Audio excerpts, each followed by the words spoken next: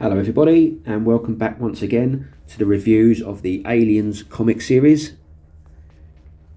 Hope everyone's well. So this is the Aliens comic series by Trident Comics, and this is the August 1991 issue 7. We're now on issue 7, and it was £1.50 of the then Queen's money, now King's money in the UK. So this is the format of the layout of this one. So you've got your Aliens again, you've got your Predator once again, and you've got your Aliens versus Predator, and they're all in one comic. On sale monthly, not suitable for young children. And we've got the new story begins inside of Earth War. Now, in the previous reviews that I've done, I did say to you guys that the art was going to change up at some point, and in my personal opinion I didn't like the art as much as in the previous editions, but it's still very good art, and I am no art critic by any stretch of the imagination. Anything I've ever tried to do with art as a youth or anything else has been horrendous. But the art did change up. So the cover art is by the Dennis Bavar, who was the original person who was doing the Aliens art. Now the art only changed up in the Alien story at this point. The Predator story remained the same, and the AVP then went into colour because it was a black and white to start with. But yeah, so as previously stated in the others, the Aliens is the Alien story is an extension from the movie Aliens, so this extends after the movie as a different story to what Alien 3 told.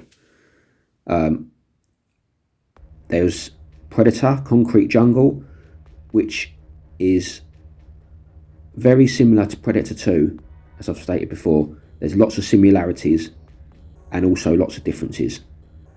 So it's like another version of Predator 2 is the Concrete Jungle version, the cartoon book version. I've got the book here. The AVP story is based on Prey, which is a book comic with an alternative version of AVP, Aliens versus Predator, which I think would have been better. I'll explain why. So let's get back into it again. So as we left off in the last story, Newton Hicks actually survived after Aliens, and they were captured in the Sulaco by doctors of Weyland-Yutani. Ripley wasn't there, and this part of the story now will explain why.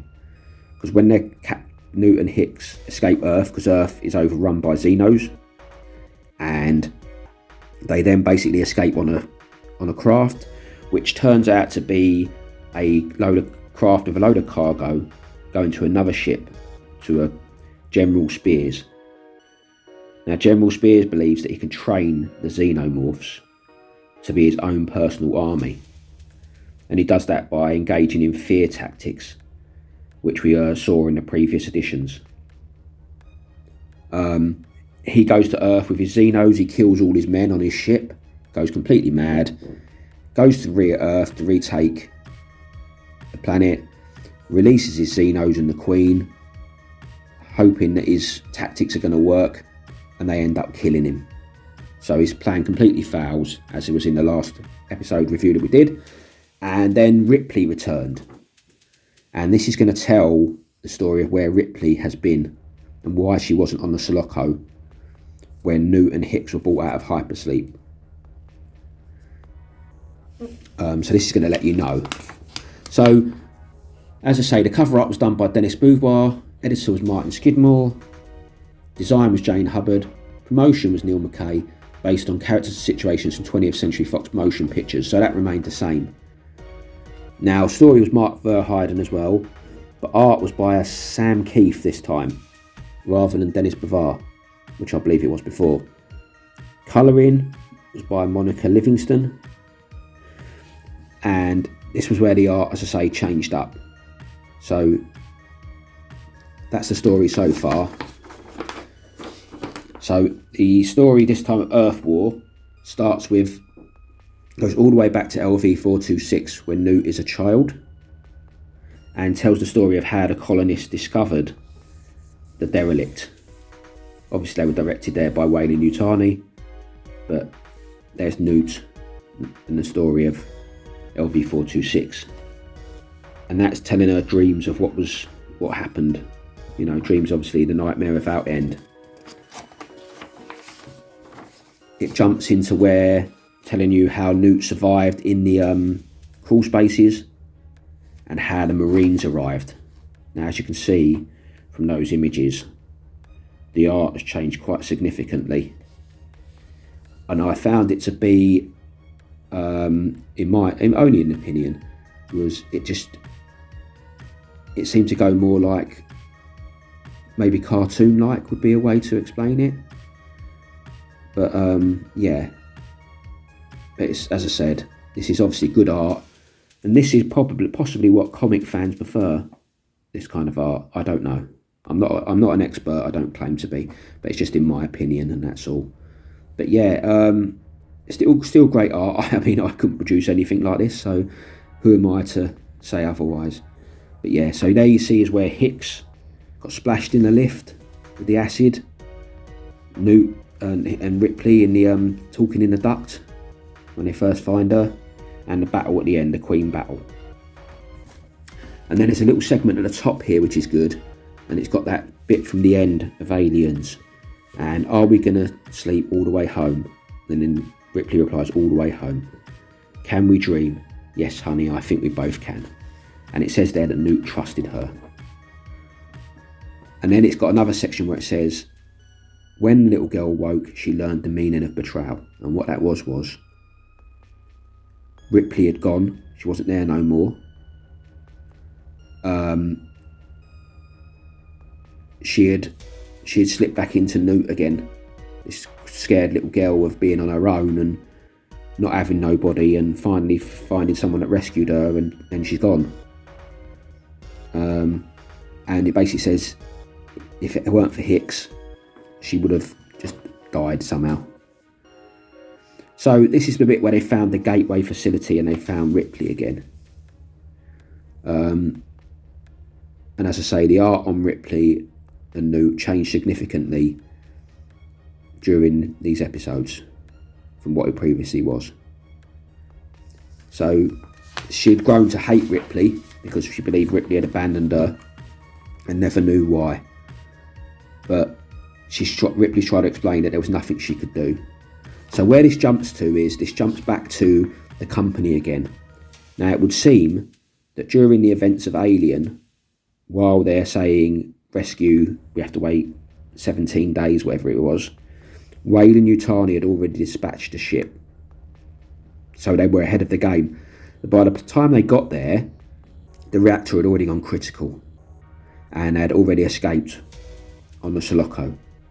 So the company have then got the Sulaco. They brought Ripley out of hypersleep, just Ripley, and tried to get the information of what's happened from her. But she doesn't trust them at all now, because she knows, doesn't she, all about what Burke did and what was happening. So yeah, there's images here of the ship when it finally finds the Sulaco, and the company talking to Ripley. Now she's trying to tell them that the planet was destroyed because of the facility's destruction, but they're telling her that they know that the derelict is still up and running. They try to convince her by telling her about Dallas, Parker, Kane and stuff like that, and that she should go back and try again, but she's not interested. And then they also tell her, he then also tells her that the extent of the company's lies, that from the very beginning they had Dallas's helmet footage, Kane's helmet footage. So they knew all along about it, and that's how they knew in this version of events, which I think would have been a better version personally, but there you go. And then it goes right on to images from Alien, so it goes right back in time and shows you Kane's footage. She then explains about nuking the facility, but he then says to her, no, We're not doing that. We want to get what we can out of it. We want to get the engineer's information, and we want to get a specimen. So they're not having that. So basically, at this point, Ripley digs her heels in. She's not having none of it. But he then says, well then, I'll wake up and use Newt or Hicks, who he knows they're going to put through a lot. She knows they're going to put through a lot more hell to get what they want. So with that, she agrees and leaves. And then you see her saying goodbye to the the Sulaco, leaving Newt and Hicks behind. So Newt has no idea what's actually gone on, what's transpired. So then it jumps to another part where he's got some mercs, stroke marines, to go back to LV-426, to the derelict, to grab information and hopefully, probably in their mind, a specimen. So there you go, they're back on the dropship again, they've got another APC, and they actually go back to the derelict again. And there you can see the derelict. They go inside, they start messing about. Before you know it, they've accidentally activated a system on the ship. Now this is quite interesting because this goes to Prometheus and Covenant with the old holographic systems on board the engineer's ship. It gets activated and they actually talk to Ripley. And this is where Ripley learns that not only was it a distress signal that they were picking up, but they didn't get all of it. And the rest of the signal was telling them about an actual homeworld of the xenomorphs to avoid. So that's where Ripley learns the location of this xenomorph Genesis. There's some good art there. As I said, the art just changed slightly. Still good art. They come under attack. Now, once the company learns from Ripley of this Genesis, he's ready just to leave these Marines behind and get on the dropship as usual. And, you know, the same old company attitude. He's willing to sacrifice the men. He doesn't need them no more. They've got their information that they want. They're not interested in anything else. But obviously the mercs hear this and they end up doing away with him. And then they join Ripley, who at this point is going to go on a crusade to absolutely get rid of the aliens once and for all. So they then destroy the derelict because they know that Weyland-Yutani will just keep coming back. And there's more than enough specimens to keep them going. And they knew that another vessel would take weeks, so they destroyed it. And that was the end of that. And then the Marines gear up. There's Hicks and Newt and Ripley and the Marines. And it goes to the next issue where the expedition begins. Very good. So this was the next Predator section, Predator Concrete Jungle. So story by Mike Verheiden again. Art by Chris Warner. Colours by Chris Challoner. So this goes on to, as we've spoken in previous issues, like a Predator 2 story. And it's reached a point where the gangs and the police, the cops, are fighting together in New York to stop the Predators, who are now practically invading by the end of this episode. So the main character in this, Schaefer, Dutch's big brother from Predator, is the cop, and they're battling with the gangs. And as you can see, the art here has got really cool now. Captain McComb, who plays the part as the doubting commander in this one, like Robert Davi in the movie of Predator 2, wasn't it? He gets killed in this episode, and the gangs are getting a bit overwhelmed. Schaefer's doing okay because he's managed to obtain a bio helmet, as previously described, but the Predators are still overwhelming them because they've got the invisibility, they've got the gear, and things are going from bad to worse. The generals arrive now with his men to try to assist, and Schaefer starts shooting the hydrants because he knows that water seems to affect their equipment, and it does. They start becoming visible, their equipment starts failing them, and that's when they're able to actually take out predators. And there you go, there's the kaboom. One for the Yankees. Gang member kills him there. Yeah, so there's big fighting going on now with the predators and the humans. The humans are actually able to mount a comeback. And then, what was a good end to the story is the heat. The predators came because of the heat, but as you know, in the hot season, the heat always breaks in the end, and you have massive flooding rains, don't you? And that's what occurs in this. And that's when the predators realise that the hunt is actually over.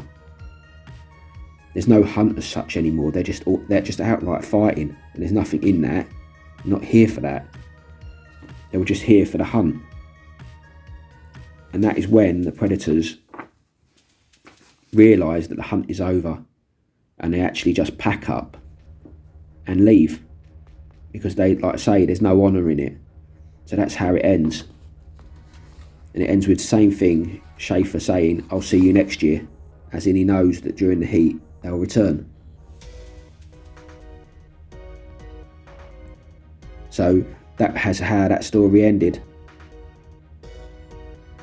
And it ends pretty much the same as well with the, I don't know if you remember in the movie of Predator 2, but the kind of CIA liaison character saying, "You can't just walk away from this, where you going," sort of thing, you know. And he just goes, and he knows they're going to come back. There's nothing we can do about it. So there you go, some good art at the end of the comic there. And that's how Predator Concrete Jungle ended. Now, next issue, there's a new series starting called Predator Big Game. And Big Game is really good. It's all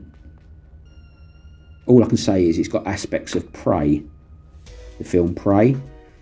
So they must have looked at that story for the Predator Prey movie, because that has the same sort of aspects in that story as it does in this one. However, it's modern times. It doesn't go back in time like Prey does. Obviously a great movie, Prey. I think it was fantastic, brilliant. I don't think they could have done any better with that movie.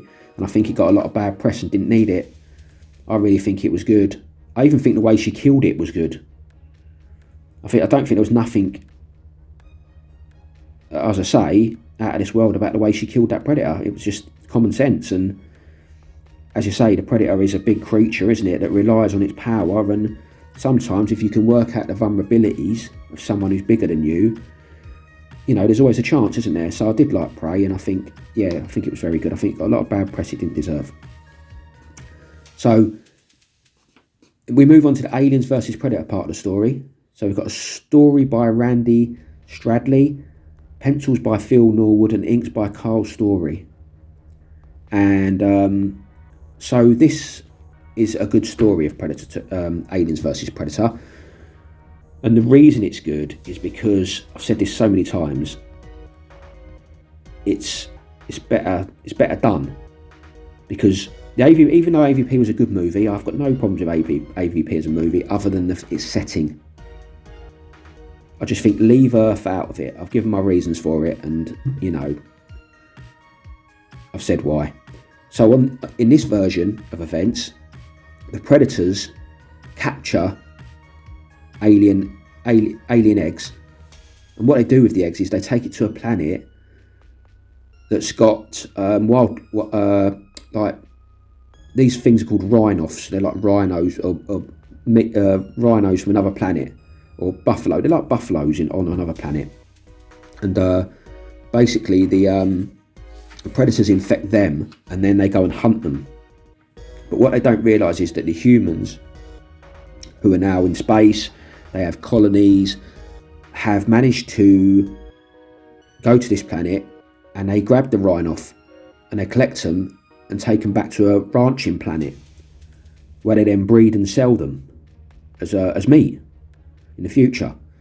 So basically they end up taking the infected rhino back to their colony, which is like an LV-426 style colony, and that's where I say it's more believable, because even if the planet got overrun, it wouldn't affect Earth. If you did it on Earth would never come back, and that's what I'm trying to say.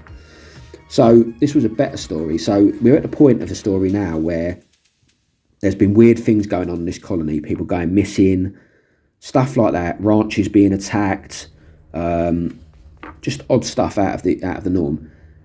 And during a photographer's outing, he managed to capture pictures of the predators, the Uchas, the hunters, in action. Only they caught him. But as they were doing that, he runs over one of them with his speeder bike, knocks him completely out. And then the ranchers on the planet managed to find it and to take it back for care and obviously experimentation. But what they don't realise is that at the same time they've been finding facehugger husks laying all around the place.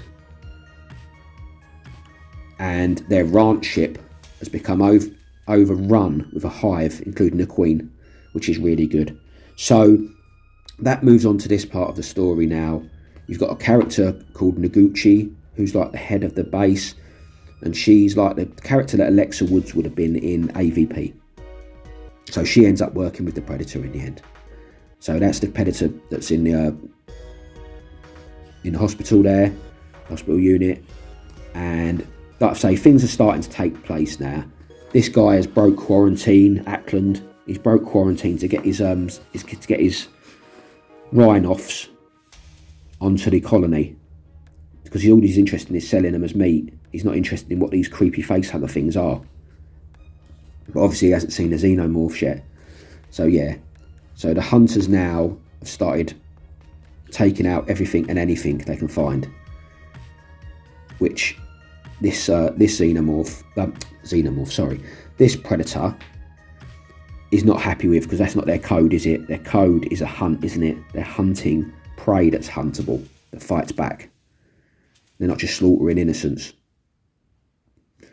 So there's reports coming in now of the ranchers all going missing and stuff like that. As you can see, it's good art, guys. And Noguchi has gone to investigate what's actually gone on. There are predators now inside the colony, actively in the colony. And she is looking to what is happening, but she thinks there's more going on here than meets the eye, which is she's right about. So she goes to the ranch ship to check out what's gone on, and that's when the true horror emerges. You know, the xenomorphs start attacking. They come out of the ship, and that's when you see that the part there, the cliffhanger part, where Noguchi is about to be killed, and a predator appears, and starts fighting with the creatures. And then it's got next issue Crossfire. So the usual bits of these comics which are really good is the back section. It has all the little bits where you can order stuff. Great fun. Those aerodrome models I used to get when I was a kid are brilliant. Love those. I had a lot of those. I don't know what happened to them. I've got some of these patches indoors though that you can order. Those patches. I mean, you couldn't probably order these now because these places probably don't exist. This was 1991. But yeah, there's the another Terminator comic advert. I'm looking to get those soon. And you've got the cheap mail order section at the back where you could order all these bits and bobs and t-shirts and books and stuff. They always had these in the comics when I was a kid. So that is issue 7, guys, of August of 1991. So thank you for tuning in. I hope to review them all up to number 17, and I'm busy trying to buy them at the moment. It's cost me a small fortune, but I think it's worth it because these comics are brilliant. So thank you for tuning in, and I'll see you guys on the next one. Take care now. Don't forget to like and subscribe.